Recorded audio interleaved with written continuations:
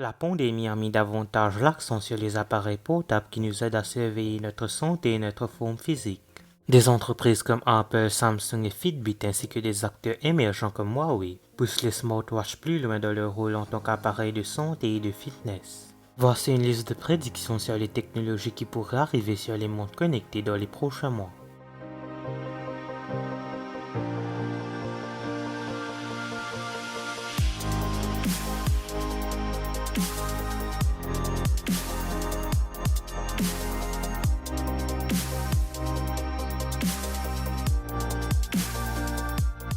La nouvelle de l'acquisition de Fitbit par Google a été annoncée à la fin de 2019 et en 2020 l'accord est resté sous surveillance par les organismes de réglementation.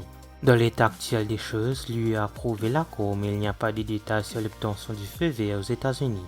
Nous nous attendons à ce que l'accord soit finalement approuvé en 2021, ce qui signifie que nous nous intéresserons précisément à ce que fait Google avec les montres intelligentes cette année.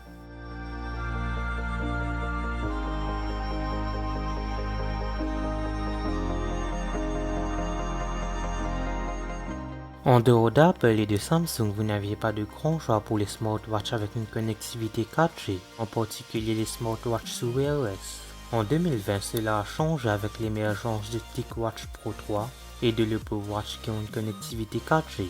Mais les progrès réalisés pour les fabricants de puces comme Qualcomm et son Snapdragon 4100+, ont ouvert la porte à un meilleur support 4G.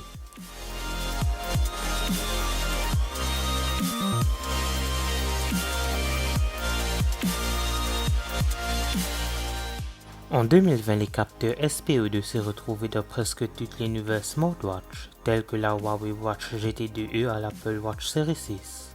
Bien que cela donne aux gens la possibilité de traquer leur taux d'oxygène dans le sang à la demande, l'utilité est une pensée secondaire pour les fabricants.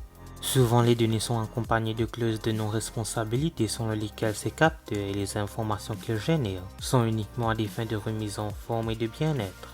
En 2021, nous prévoyons que les données SPE2 seront utilisées à des fins de surveillance de la santé. La pandémie a mis la SPE2 sur le projecteur et Fitbit a publié une étude qui relie les données de son capteur d'oxygène dans le sang au premier signe d'infection du Covid. Il est maintenant temps de faire fonctionner ces capteurs pour donner aux utilisateurs des informations exploitables et utiles sur leur santé et leur bien-être.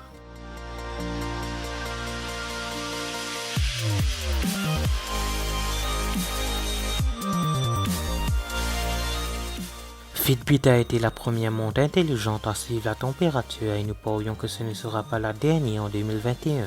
Les changements de température corporelle sont l'une des indications les plus claires d'une fièvre ou d'une maladie. Nous nous attendons donc à voir des appareils rivaux emboîter le pas.